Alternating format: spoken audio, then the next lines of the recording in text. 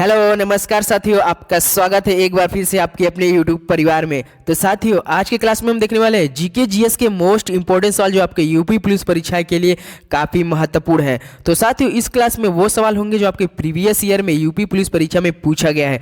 तो साथियों, अगर इस बार आपको सीने पर वर्दी चाहिए तो जीएस के सारे महत्वपूर्ण सवाल याद करके जाना पड़ेगा। आपको पता होगा आपकी यूपी पुलिस परीक्षा में पूरे 76 नंबर का सवाल आ रहे हैं सामान्य ज्ञान के। तो आप समझ सकते हैं आपका तैयारी किस लेवल पर होनी चाहिए।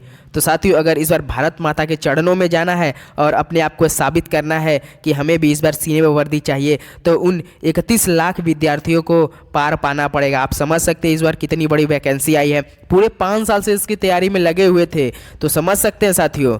तो चलिए दोस्तों, आज का प्रश्न पहला देखते हैं। और प्रश्न पहले से आपको बताना है, आपने पूरे 30 सवाल हम कराएंगे। अगर आप 25 सवाल का सही जवाब देते हैं तो आपका सामान्य ज्ञान काफ़ी अच्छी तरीके से तैयारी चल रही है। तो चलिए दोस्तों, और आपका भी टेस्ट अभी से शुरू हुआ था। आप टेस्ट के तरीके लीजिएगा ये क्लास साथियों और सीखिएगा भी। तो चलिए देखते हैं प्रश्न पहला क्या दिया है। स्वामी विवेकानंद ने वर्ष में रामकृष्ण मिशन की स्थापना की थी। तो दोस्त बताइए, स्वामी विवेकानंद ने किस वर्ष में रामकृष्ण मिशन की स्थापना की थी? तो आपके की थी 1897 में की थी, 1897 में की थी। तो ऑप्शन भी आपका बिल्कुल क्या हो जाएगा साथियों, बिल्कुल करेक्ट ऑप्शन है। तो चलिए प्रश्न नंबर दूसरे बढ़ते हैं। हिमालय की उत्पत्ति किस भूसन्नति से हुई है? तो दोस्त बताइए, हिमालय की उत्पत्ति किस भूसन्नति से हुई है? तो आपका टेथिस से हुई है। ऑप्शन ए आपका बिल्कुल करेक्ट ऑप्शन है। तो साथियों, आप कहीं से भी पढ़िए, लेकिन आपको एग्जैक्ट पढ़िए जो आपके यूपी पुलिस परीक्षा के लिए मोस्ट इंपॉर्टेंट सवाल हो। इस क्लास में हम वैसे सवाल कराएंगे जो आपके परीक्षा में चांस बने हुए आने के। ऐसे सवाल बार बार आपके परीक्षा में पूछा जाता है। तो चलिए प्रश्न नंबर तीसरे बढ़ते हैं। बुद्ध का जन्म हुआ था।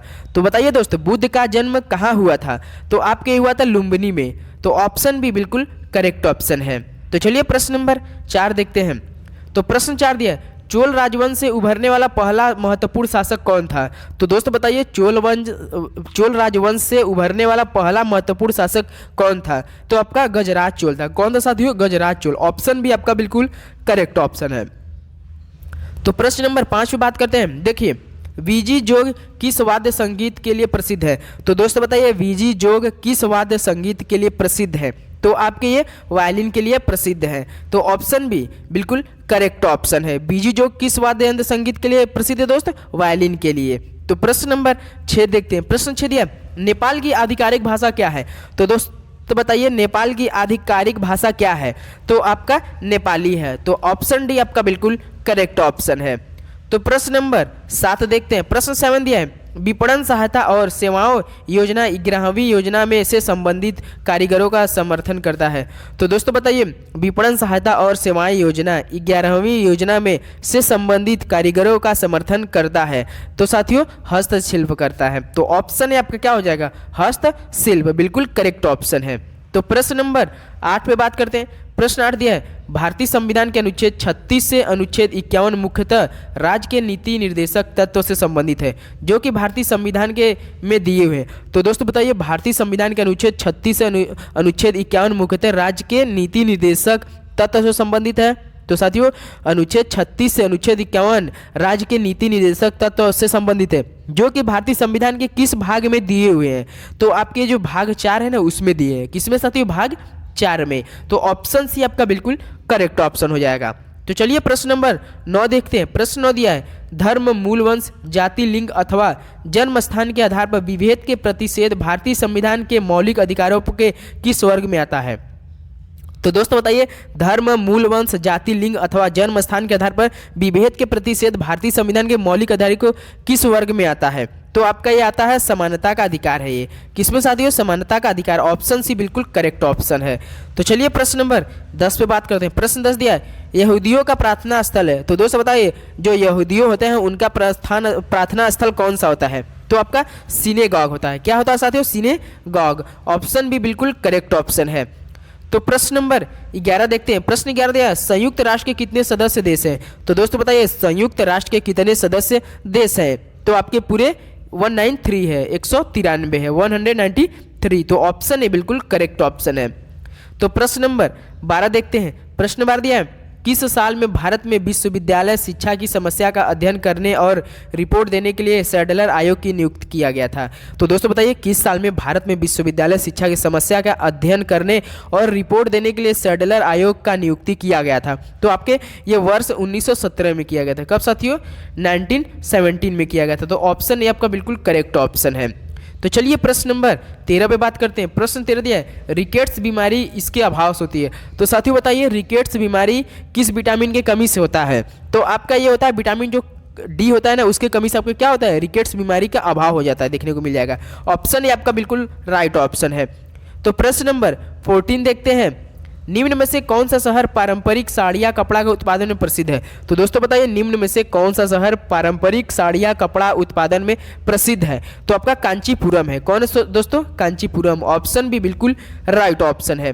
तो प्रश्न नंबर 15 देखते हैं, भारतीय संविधान के कौन से अनुसूची में संविधान द्वारा मान्यता प्राप्त भाषाओं की सूची दी गई है? तो दोस्तों बताइए भारतीय संविधान के कौन से अनुसूची में संविधान द्वारा मान्यता प्राप्त भाषाओं की सूची दी गई है? तो आपके जो 8वीं अनुसूची है ना उसमें दी गई है। किसमें साथियों?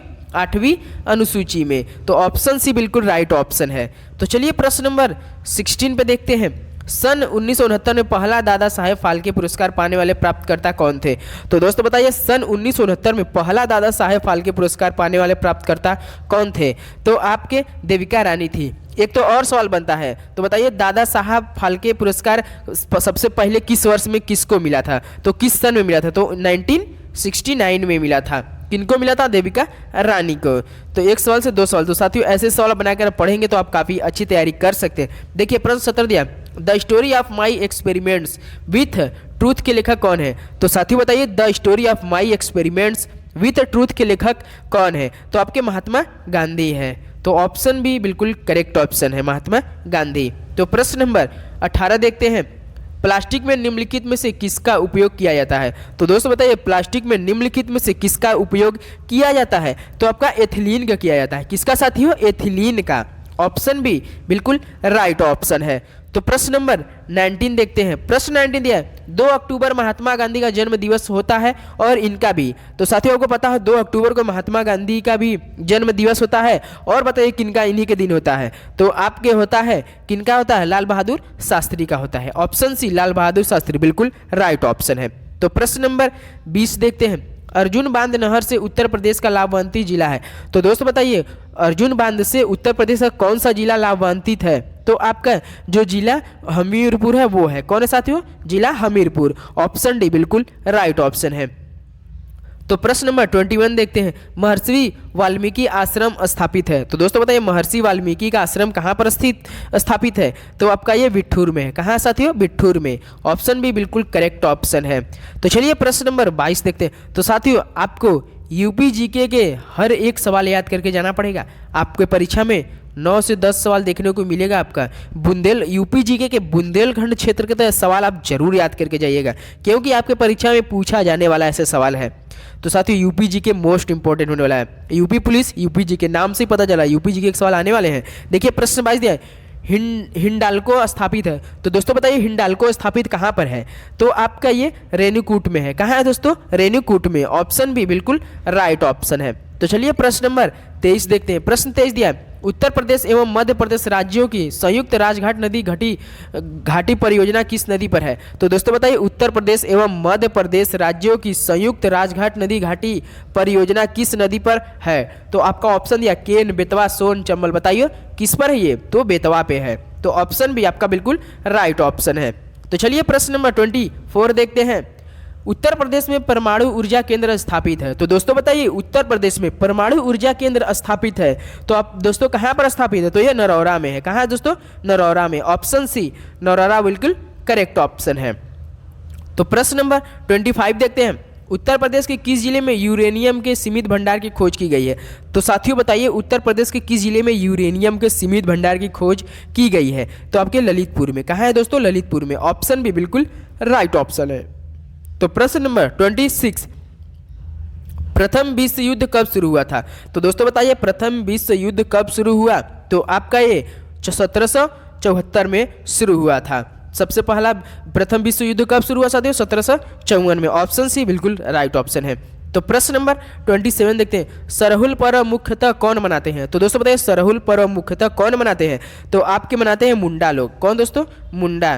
तो ऑप्शन आपका बी बिल्कुल राइट ऑप्शन है। तो चलिए प्रश्न नंबर 28 देखते हैं, राज्यसभा का सभापति अपना त्यागपत्र संबोधित करता है। तो दोस्तों बताइए राज्यसभा का सभापति अपना त्यागपत्र किसे संबोधित करता है? तो आपका ये राष्ट्रपति को संबोधित करता है। तो ऑप्शन ए राष्ट्रपति बिल्कुल करेक्ट ऑप्शन है। तो चलिए प्रश्न नंबर 29 देखते हैं, राष्ट्रपति को महाभियोग की प्रक्रिया से कौन अपदस्थ कर सकता है?